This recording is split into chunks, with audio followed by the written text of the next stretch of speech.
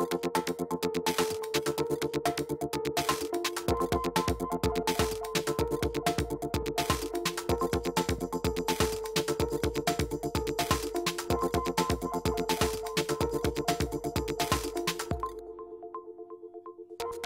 tal, saúdos, moi boa noite, benvidos a VAV, martes 18 de marzo. Alfonso Fuente, moi boa noite. Hola, boa noite. Alcalde de Barreiros, que supoño estará contento como consecuencia desa decisión judicial, Tribunal Supremo, que hai poucos días decidía anular o planeamiento imposto polo goberno bipartito da Xunta no ano 2007, que na práctica supuso a paralización do desenvolvemento urbanístico de Barreiros. Como definiría o seu estado nestes momentos? Está satisfeito? Está contento? Como está? Hombre, por un lado teño que estar contento, non contento porque nos dá a razón desde o primeiro momento. Nos desde o primeiro momento advertimos que isto non se tiña que facer así, que había que razonar as cousas, había que falar entre administracións e non podía ser desta forma. Claro, por outro lado, lamentar que levamos 7 anos perdidos, non? 7 anos nos que se paralizou todo en Barreiros con un decreto de suspensión, con unha normativa provisional moi restrictiva que non permitía nada e agora resulta que vemos que 7 anos despois se puido haber feito de outra maneira que era o que nos advertíamos. Insisto, contento por un lado e por outro lado, bueno, pois... Apenado, polo tempo perdido, digamos. Bueno, se lle parece, imos ver un pequeno vídeo no que vamos tratar de resumir de que estamos a falar. Seguro que lembran que Barreiros foi posto como exemplo, como mal exemplo durante moito tempo de como para algúns non tiña que ser o planeamento urbanístico, sobre todo nas zonas costeiras. Así que estivemos en Barreiro hai uns días e imos lembrar esa conversa que teñamos co alcalde. La sentencia es clara. La nueva ordenación de suelo en Barreiros, impuesta por el bipartito a principios del 2007 y con la que buscaba parar una supuesta expansión urbanística descontrolada, queda anulada. El fallo del Tribunal Supremo va más allá. Fue una intervención política, se hizo a prisa, corriendo, que siempre basado en un interés más político que técnico. La localidad mariñana vuelve al escenario previo al 15 de noviembre de 2006, pero con matices. La situación económica es completamente distinta, ha habido muchos procesos por el medio, ha habido muchos vecinos que realmente eso es lo que nos preocupa, que han perdido la posibilidad de la venta de sus terrenos y también por otro lado ha habido muchos trabajadores de la construcción que hoy están en el paro. Una paralización que llegó en pleno auge del sector y 2 años antes del inicio de la crisis. El fallo abre la puerta a que los promotores pidan indemnizaciones millonarias. Algunos tienen paralizadas por completo sus obras, como esta, desde hace más de 7 años. La reclamación patrimonial a la Administración, sin duda, y bueno, estamos analizando pues todo tipo de reclamaciones en todos los ámbitos judiciales posibles a los responsables de aquella firma. Demasiadas estructuras abandonadas a su suerte y muchas constructoras ya extinguidas son la consecuencia hoy de aquella actuación. Nuestras propiedades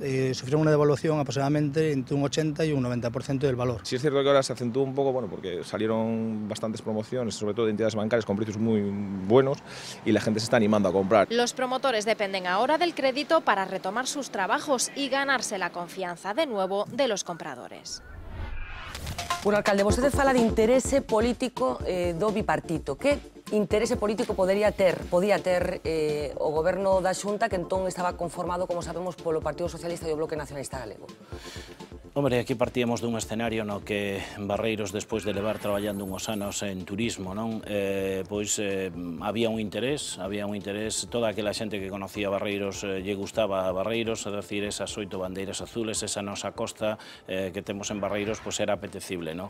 Igual que era apetecible para os compradores de vivenda, cada vez aumentaba o turismo cada ano e entón, pois, os promotores decidiron ir a comprar ali, non?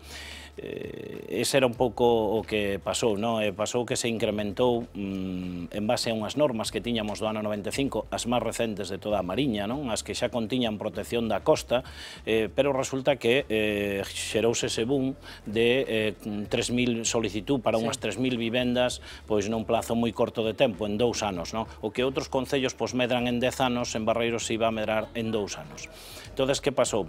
Un pouco xustificando e con ese motivo, non? Esa inmediata petición petición de licencias e proxectos a desarrollar, pois a Xunta do Bipartito, despois dun escrito enviado polo Bloque Nacionalista Galego de Barreiros pedíndolle á Xunta que intervenira, pois a Xunta despois, a conselleira, neste caso María Xosé Caride, desoíndo, porque en ningún momento, despois de reiteradas peticións de entrevistas que eu había feito para ter con ela, para, si era certo que se vía un desarrollo importante, poder ir controlando eso, non? Nos tiñamos que aplicar a normativa que tiñamos. E entón, nunca houve esa reunión, nunca atendeu a esas peticións desde a alcaldía para falar deste tema. O único que se limitaban era a mandar cartas dicindo que había que adaptar esa lei do ano 95 á lei de 2002, diferenciando suelo consolidado e non consolidado, pero nada máis. Pero vostede pensa que tiñan algunha intención de fastidiar a Barreiros por algún motivo? Hombre, eu creo que supoño que a intención final deles era... No, eu creo que dado que nese momento Barreiros era o que interesaba, donde había unha construción importante, onde había unha demanda importante,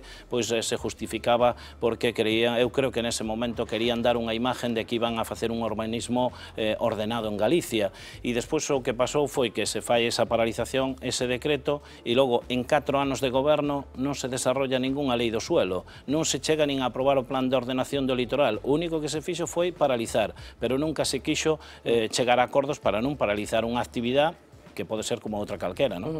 Estéticamente, vostede está satisfeito co desenvolvemento paralizado, é certo, a raíz desta decisión da Xunta, pero co camiño, digamos, que estaba empezando a levar Barreiros? Vamos a ver, valorando personalmente, teño que decir que non me agradaba. Non me agradaba, pois moitas veces onde se podían ubicar edificios, evidentemente claro que non, pero eu tiña que adaptarme a unha normativa, é dicir, a unha normativa que estaba aí. Pero o Concello supoño que tiña certo marxen para decidir recalificar ou calificar de determinado xeito o suelo para que non se puderan facer determinadas cousas, non? Non é tan sinxelo, porque cando partíamos dun suelo urbano que dunhas normas aprobadas non só polo Concello, senón que foron aprobadas no seu día pola Xunta de Galicia, pola Diputación, por Fomento, por todos os organismos, aprobaron ese planeamiento, que xa contiña unha capacidade residencial. Nos, se non houbéramos concedido esas licencias, tamén nos houbéramos enfrentado a prevaricación por non concesión de licencias por parte dos promotores, o sea que había que decidir, cando a norma do ano 2002, collendo estrictamente, dice que todo suelo é consolidado, sempre que haxa que facer unhas pequenas obras para pequenas obras de pequena envergadura, dice a lei. Claro, pequena envergadura, para un señor que vai a construir a súa propia vivenda, o seu chalé, invertir 100.000 euros en conectarse á rede xeral de saneamento, pois ao mellor é unha cantidad importante. Pero vostede entende as críticas que se ten feito a Barreiros polo tipo de planeamento que elixiu? Entendo as críticas sempre que surxiran, podía entender as críticas, podrían estar xustificadas se esas críticas viñeran de alguén que conocera Barreiros. Pero a intervención se fixo desde os despachos de Santiago. Se fixo sin conocer Barreiros, e a imaxen que se deu de Barreiros é que o sol os edificios privaban o sol das praias, e estes edificios se executaban a 2 kilómetros das playas. Calquera persona que hoxe se acerca a Barreiros dice, pero onde está ese bon urbanístico? Onde están esas construcións que impiden ver o sol na playa? Eso non é así. E, sin embargo, no Concello do Lao, Foz, con unhas normas moito máis antiguas que as de Barreiros, se construían torres de 7, 8 edificios, cando en Barreiros, hai que decirlo, baixo e dúas. Hai vivendas de indianos máis altas cos edificios que se concedían. O sea, se deu unha imaxe de Sanxenxo, Sada. Non é así, eu lle digo a todos os que nos escoitan... Vostede reivindica Sanxenxo, non? Entendido que non lle importaría ser o Sanxenxo do norte, non? Claro, eu digo, que ten de malo o Sanxenxo, non? Eu o outro día reconocía personalmente, digo, bueno, pois para min ao mellor ten uns edificios moi cerca da costa, que Barreiros non nos ten. Pero por que non ser un concello turístico, non? Non tivo medo no momento do boom, porque estamos a falar de que chegaron a ter en mente facer 6.000 vivendas nun ano. 6.000 vivendas nun ano. Estamos falando dun concello de 3.000 e pico habitantes, non? Vamos a ver, eu quero corrixir eso porque eso xo levo leído en moitos medios. Barreiros ten 3.200 habitantes censados. Barreiros non se pode considerar un concello de 3.200 habitantes. Barreiros ten servicios e infraestructura para 12.000 habitantes que son os que ten durante o verán. Claro, son segunda residencia, se habitan durante un mes ou dous. Sí, pero teñe que ter auga, luz, etcétera, etcétera. É máis, como non veíamos ese apoio por parte da Xunta do Bipartito, Desde o Concello reunimos os promotores e firmamos un convenio para mellorar a rede de auga, e firmamos un convenio xa naquel momento por 3,5 millóns de euros. Xa éramos conscientes. Pero o dato chamativo, 6.000 vivendas en un ano. Sí, por suposto. Non tiveron medo en algún momento a que detrás de todo eso o que estivera era a especulación? Vamos a ver, nosotros eu creo que a administración sí pode intervenir nese mercado, pero eu creo que non debemos de intervenir. É dicir, así como ahora me dicen, no, é que a vivenda en Barreiros ahora se vende moi barata. Mire, ni no valoraba cando se vendía caro, ni no valoro cando se vende barato. O Concello non entra a poñer o precio á vivenda. É dicir, que ahora se están vendendo, eu o que quero desde o Concello, vexo con tristeza estos edificios sin rematar, que estos edificios, se houbéramos chegado ao final da crise, cando empezou a crise, 2008, estos edificios estarían rematados. Vendidos ou non, pero estarían rematados e a imaxe de Barreiros sería outra. Claro, pero hai imaxes tamén peligrosas con respecto a eso. Estou pensando, por exemplo, noutro pobo que tamén se puxo como exemplo cando estoupou a burbulla inmobiliaria, que é o famoso pobo de Seseña, no que vemos efectivamente edificios rematados pero deshabitados.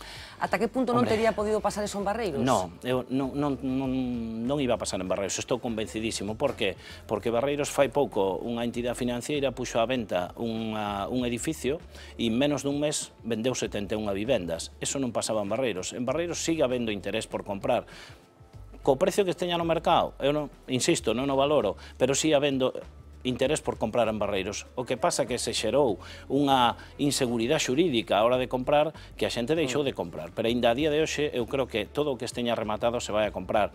Vai a estar cerrado durante 10 meses no ano, vai a estar cerrado esas vivendas, pero van a vir no verán. É dicir, Barreiros non é Seseña, Barreiros é un concello de costa, é un concello que ten un atractivo turístico moi importante, que ten a Praia das Catedrales, aínda que está no concello de Ribadeo, está moi preto. É dicir, a Costa de Lugo é unha gran desconocida e a Costa de Lugo, concretamente Barreiros e outros concellos tamén da Mariña de Lugo tenen moitísima zona verde e moita zona ainda onde se pode traballar. Seguramente está todo o mundo de acordo con eso. Precisamente a discusión consiste en considerar si tendo en conta increíble que a Costa de Lugo, se ese urbanismo é o axeitado para esa zona. Se vostede, alcalde, poidera elexir, poidera partir de cero, como sería Barreiros? Sería este Barreiros ou planearías cousas de outro xeito? Pois mire, se naquel momento me houbera escuitado a conselleira Caride, a miña idea de Barreiros era un desarrollo en vivenda unifamiliar ou pareada, non en edificios como eran estos. Esa era a miña idea, porque eu nacín e me criei en Barreiros e sempre viví nunha vivenda unifamiliar. E, polo tanto, teño esa imaxe. Durante moitos anos estuve traballando con os meus pais pegado á praia mesmo, nun restaurante, non?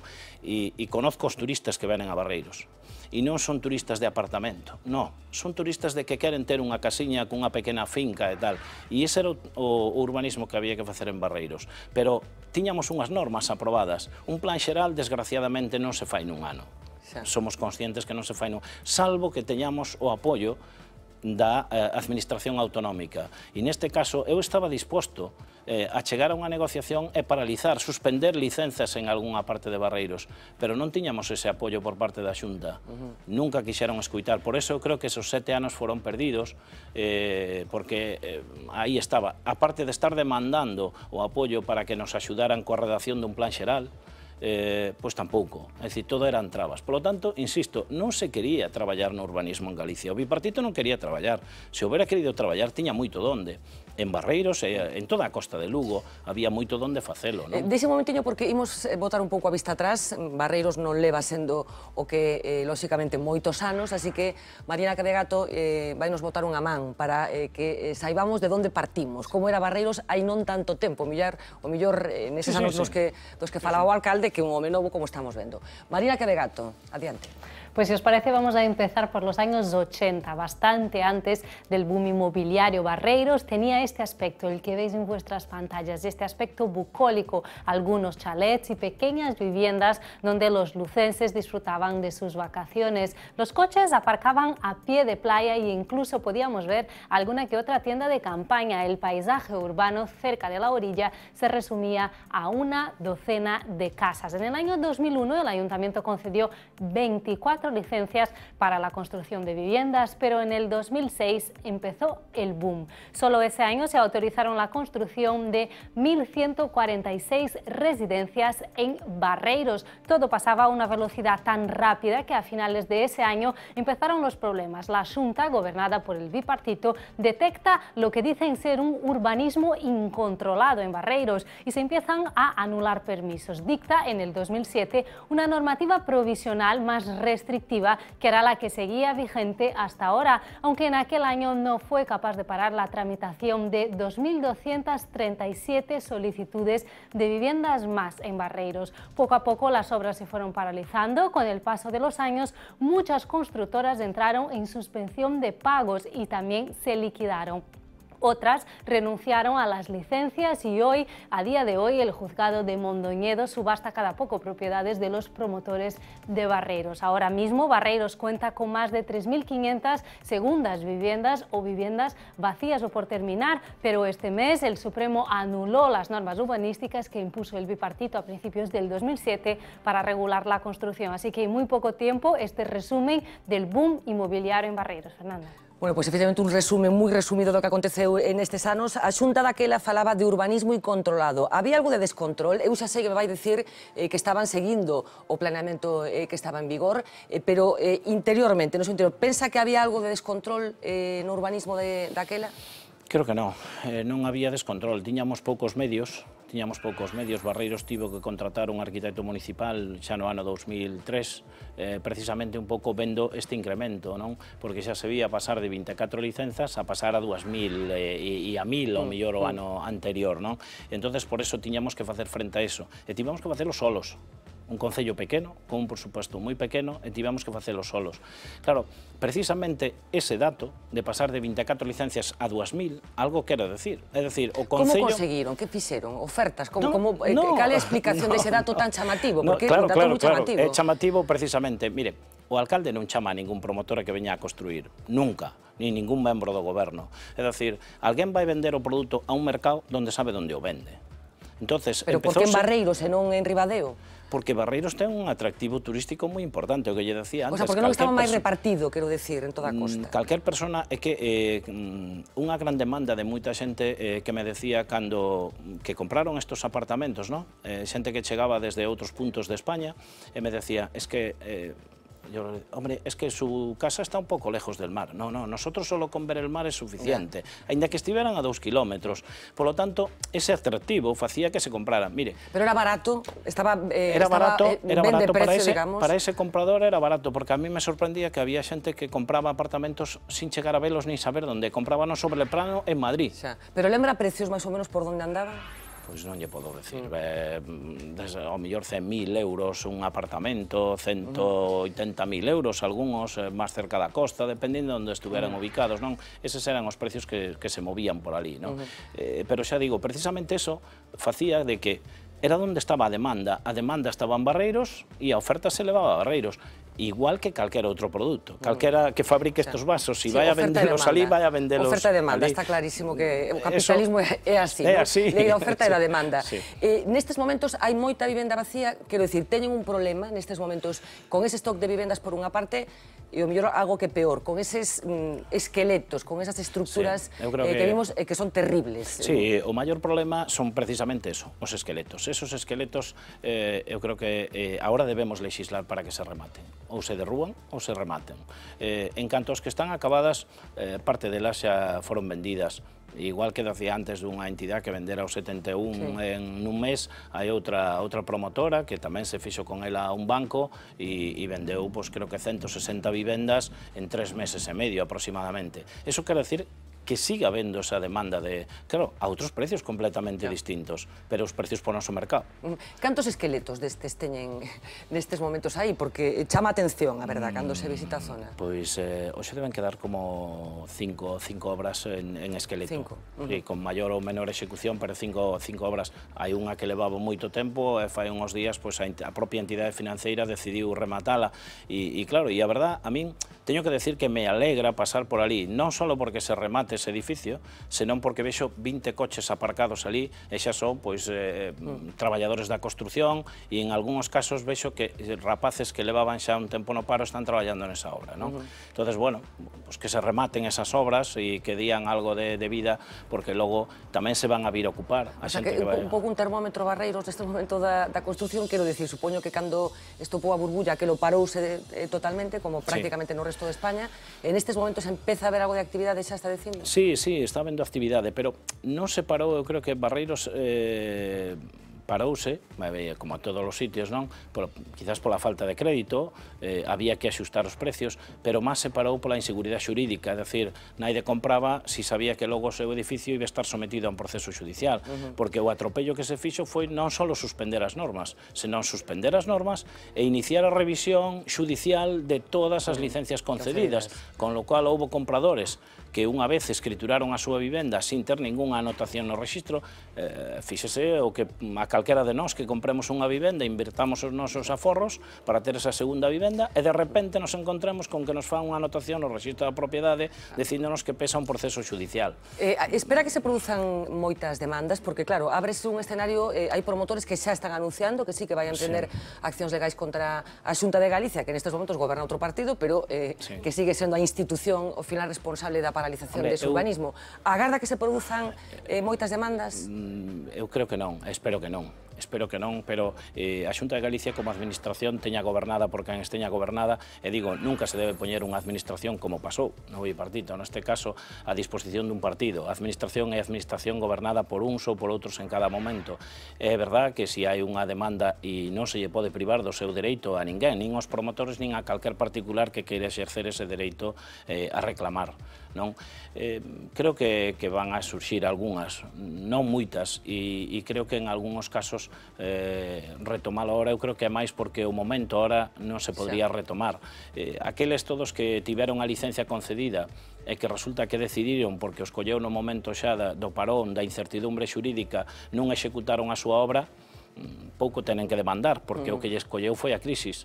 Si fora ao revés, tampouco non... Pero bueno, hai casos nos que houbo, con ese decreto, houbo reclasificación de terrenos, con ese decreto, non puderon desarrollarse definitivamente, logo se aprobou o plan de ordenación do litoral, que agora está en aplicación sobre esas normas, está a lei do 2010 tamén en aplicación sobre esas normas, entonces neses casos sí, porque claro, aí houbo pérdidas millonarias que non puderon chegar a obter licenza e agora o terreno non se pode desarrollar. Bueno, houve unha expresión naqueles anos que moita xente identificaba con Barreiros, que foi a famosa marbellización da costa galega, que vostede critica porque considera que ten unha carga semántica adicional que ten que ver co asunto da corrupción, que todos, desgraciadamente, asociamos con Marbella. Pensa que foi adrede, digamos... Sí, sin duda. Sin duda se fixo así, se lle deu ese nombre de Marbella intentando buscar ese doble sentido, non? É dicir, o sector da construción leva o cartel colgado de corrupción, o leva desde sempre, e na construción habrá corruptos igual que hai en calquer outro sector, e dentro da política os habrá igual que os hai en calquer outro sector, non? Claro, se todo se xunta e ainda encima utiliza esa palabra Marbella, eu creo que se fixo moitísimo daño a Barreiros, non? Con esa palabra... Tengo que dar moitas explicacións desde entón, quero dicir, cando sae de Barreiros, noutros sitios de Galicia, fora de Galicia, hai xente que lle menciona esta circunstancia e dice, hombre, Barreiros, a Marbella galega. A min a explicación que me gusta dar é, mira, vente a Barreiros, conoce Barreiros e despois falamos. A mí me gusta que a xente veña, que vexa o que hai. E desde que ve o que hai, se leva unha imaxe completamente distinta. E máis, eu podo decir dunha persona que estaba no goberno bipartito que cando tuvo que visitar Barreiros para desarrollar o plan de ordenación do litoral, funcionario da Xunta, cando le ve ao Monte Penabor, no alto, e puido ver toda a rasante de Barreiros, dixo, hombre, Barreiros non é lo que pensaba. E nese momento che pasan ganas de decir, me caches la mar, porque a verdade é que eso dices, por qué? Porque se facía desde despacho. A conselleira responsable entonces deste asunto, a vostede non lle consta que coñecera Barreiros, o actual presidente da Xunta, coñece Barreiros? Estuvo en Barreiros? Sí, Alberto estuvo en Barreiros, conocía Barreiros. Gusta de Barreiros? Non sei se lle gusta ou non. Seguramente supoño que nunha visita de Feijóo a Barreiros falouse do asunto, fixo. Vamos a ver, a calquer político, calquera cousa que nos dá dor de cabeza seguramente non nos gusta, non? E Alberto, pois seguro que lle trouxo moitos mareos de cabeza, me consta. E tamén eu teño que decir que o traballo que ten feito o conselleiro Agustín Hernández neste concello foi moi importante, pero é que ademais non só iso, senón que el se desplazou a Barreiros e dixo que iba a poñer orden en Barreiros e arreglar o problema que había en Barreiros. É dicir, non se pode entrar como un elefante nunha cacharrería.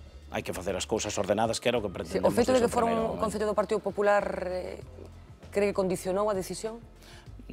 A decisión do bipartito, seguro, sin duda.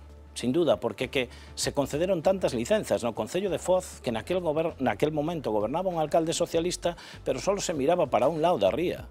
É dicir, eu podo levala a terrenos en Foz, donde si en Barreiros se podría decir que non había servicios, en Foz, nese mismo terreno, tampouco, ou había que facer as obras tan necesarias como nos de Barreiros. Pero, sin embargo, só se interveniu en Barreiros, e non en Foz. Entonces, claro, oiga, se usted quer intervenir e se está facendo mal o urbanismo na costa de Lugo, porque non só se construía tamén en Cervo, tamén, e se construía en Viveiro, pero só se interveniu Barreiros, pero Foz ou Viveiro non se tocaron. Entonces, claro, eso canta un pouco, non? Pero bueno, ten falado estes días de que agarda algún perdón, non a vostede, supoño, sino os veciños de Barreiros, o que vostede considera perjudicados, quen estaría nesa lista de políticos que vostede considera que terían que dar algún tipo de explicación sobre a decisión que tomaron no seu momento? Eu xa digo, non agardo perdón. É dicir, cada un alá co seu. Fai uns días leí un artículo de opinión da conselleira de María Xosé Caride e a mí me parece moi triste que a estas alturas se lle bota a culpa da intervención ao mal feito a sentencia do Tribunal Supremo a uns funcionarios da Xunta.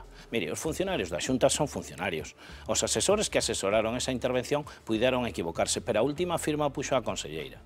E aí había... O que pasa que sí que é certo que a sentenza o que se detén é un defecto de forma, non entra no fondo do asunto. Xa, pero por eso que habría que facer as cousas ben, porque claro, ese defecto de forma levou a ruína a moitas empresas e a moitos veciños coas súas ventas de fincas. Claro, pero supoño que o argumento é que se ese defecto de forma non existira, o mellor era legal o que fixo a Xunta, non? Hai outras persoas como Hipólito Pérez, que era director da Axencia de Legalidade Urbanística, donde só bastaba, polo que me tenen comentado, entrar no seu despacho e todo estaba cuberto de planos de Barreiros e todos marcando onde se habían dado licencias en suelo rústico. Se lle dixo que non eran os planos correctos, que non estaba utilizando os planos a escala que estaban aprobados en Barreiros. Desoíuno totalmente. Totalmente. Está dicindo que había unha especie de campaña orquestada. Sí, por suposto. Mire, o director Luege, que tamén estaba o director xeral de urbanismo, xa antes de todo isto eu tive unha entrevista con el e dixenlle, mira, hai que facer algo, debemos de facer algunha cousa, ordenar un pouco aquilo e tal. Non fixo nada. Luege pasaba por Barreiros, era unha persona que sí, él mismo reconocía que pasaba para Barreiros porque él era asturiano. E, sin embargo, el veía o que pasaba en Barreiros. Mire, hai un dato que a mí me chamou moito a atención, poderosamente a atención, e ainda é algo que matiza máis a intervención política. Cando nun proceso judicial en Mondoñedo, os inspectores de urbanismo da Xunta, cando se lles preguntou como nos informes eles puñeron que non había servicios nunha parcela determinada, eles dixeron que, bueno, que chegaron ali e que non consideraron que non había servicios. E cando foron preguntados se mediron o diámetro do saneamento ou se mediron a presión da auga que había nesa parcela, dixeron que non. Que os jefes de arriba lles mandaban facer un informe que non había servicios e eles os fixeron. O sea, que había unha especie de plan. Todo. Mire, ou que unha inspectora da Xunta... Pero está falando case de prevaricacións. Bueno, están os procesos aí, hai procesos aí. Nos aínda, eu tuve que enfrentarme, que é o máis triste, por eso que, mire, a procesos judiciales e aínda temos aí un aberto, non? Que xa se archivou en 2 ocasións, pero está aí pendente ahora na audiencia, non? Cando unha inspectora da Xunta chega a un xuicio e mostra unha foto dunha vaca pastando e dice que ese suelo urbano, que ese non é suelo urbano porque hai unha vaca pastando, hombre, o criterio técnico ten moi pouco peso, porque eu digo, hombre, mire, se usted solta unha vaca en calquera parque de calquera cidade, se hai pasto, pasta. O sea que... Sí, porque elas normalmente non adoitan distinguir a clasificación do chan. Pois así mesmo. Bueno, alcalde, quería compartir con vostede dúas fotos, é unha pequena trampiña, pero solo pequena. Dous modelos urbanísticos absolutamente distintos que están presentes os dous en España. Son tópicos. Un deles, Benidorm, que podía ser un exemplo tamén de como se optou nun momento determinado por intervir un modelo que, por certo, hai xente que defende que estas construccións en vertical, temos clarísimo o modelo de Benidorm. O outro é unha localidade moitísimo máis pequena que o mellor alcalde coñece porque está relativamente cerca de Barreiros. Estamos falando de Llanes, Asturias. Que modelo lle gusta máis? Supoño que o Concello de Benidorm, supoño no fixo, ingresa moitísimos cartos por licencias urbanísticas, fixo, seguro que o de Llanes non. Que modelo lle gusta máis? Vamos a ver, eu creo que xa o mencionei antes. A mí me gusta máis o modelo de Llanes, sin duda. O que pasa que tiñamos as normas que tiñamos. Pero, por suposto, sin duda, me gusta máis o modelo de Llanes. Pero a veces non é o que nos guste. Nos podemos ir por unha autovía... Pero supoño que un concello terá algunha capacidade para intervir no planeamento dese municipio, non? Moi poucas. A verdade é que suspender licenzas por desarrollo de un novo plan urbano, que se está traballando nel, pero é que hasta para eso non tiñamos o apoio nese momento do bipartito, non había apoio para sacar adiante un novo plan xeral, non? O sea, que por eso quero decir eu que non se quería legislar ni se quería urbanizar. Se se quixera urbanizar, pues habría que facer eso. Mire usted, veña usted aquí, como alcalde, como vamos a facelo? Hai que suspender licenzas, vale, moi ben, hai que apoiarnos, vamos a facer o plan xeral. Eu son dos que a veces comparto que o plan xeral de algúns concellos debería colaborar e involucrarse moito máis a administración autonómica, porque na maioría dos casos na costa somos concellos pequenos, con pequenos presupostos, e entón a veces nos costa levar adiante un plan xeral. Entonces, aí tamén intervenindo, porque a figura da intervención si está contemplada na legislación. A administración autonómica pode intervenir calquer concello. Pois fixeras esa intervención, pero paralelo a eso xa, ou incluso mesmo na normativa provisional, se puide haber feito mellor. Pensa que se teñen feito moitas desfeitas en Galicia, insisto, falábamos de Asturias, cerquiña da súa casa, é moi chamativo facer ese exercicio, visitar Asturias, visitar Galicia. Salta a vista a diferencia. Que estamos facendo mal en Galicia? Hombre, eu creo que hai boa intención, eu creo que por parte de todos os gobernantes todos temos boa intención. Eu creo que as ferramentas, a administración é moi lenta. Non se pode estar con un plan xeral, non podemos paralizar unha actividade como pode ser nesta construcción. Ao final, abocas a xeita facer o de ti vai facendo?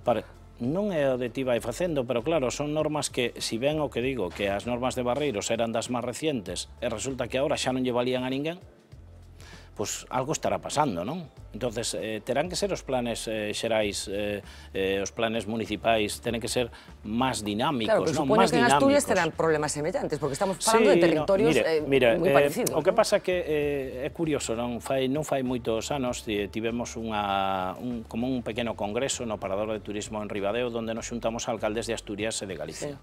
E os alcaldes de Galicia, pois vemos con vos ollos todo o que se fai en Asturias. E os alcaldes asturianos ven o que se fai en Galicia. Supoño que depende de que falemos, non? Pero eu teño a sensación de que en planeamento urbanístico nos dá unhas cantas voltas, non? Sí, vamos a ver. Asturias nos leva a nos adianta na Coupola, co Plan de Ordenación do Litoral de Asturias. Pero claro, é que aquí tamén pasaron 4 anos nos que non se fixo nada no bipartito e se aprobou agora. Ao mellor se tendría, como pasa sempre, desde que está acabado habría que volver a empezalo, pero xa temos un plan de ordenación do litoral. Ao mellor se tiña que ser anterior. Se houbera un plan de ordenación do litoral, ao mellor todas esas vivendas unifamiliares que se construíron en Barreiros polos anos 90 xa non se houberan feito, non se puderan facer. Por lo tanto, claro, cal é o problema?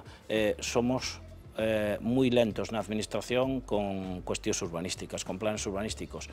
Quizás ao mellor deberá ser, insisto, máis dinámico, pero non só pasa co plan xeral, incluso pasa cos propios polígonos industriais. A veces hai unha industria que quere implantarse en Galicia nun determinado lugar, Hombre, mire usted que todas as Un proteccións que emprendedor que teña... quere abrir un negocio tamén tarda 3 anos en ter a claro, licencia, ¿no? de medio ambiente ou algo, oiga, todas esas proteccións, pero despois reclarifíquese o suelo inmediatamente, se pode facer, non o teña aí paralizado 4 ou 5 anos hasta que se aprobe definitivamente un polígono industrial. Estamos falando unha pequena parte solo dun concello. Bueno, pois imagínese todo un concello, é complicado. En fin, unha historia de moitos anos e que, bueno, ten un último capítulo. Alfonso Fuente, alcalde de Barreiros, moitísimas grazas por acompañarnos esta noite. Gracias a vos. Estaremos pendentes de a ver que pasa con Barreiros. Graciñas.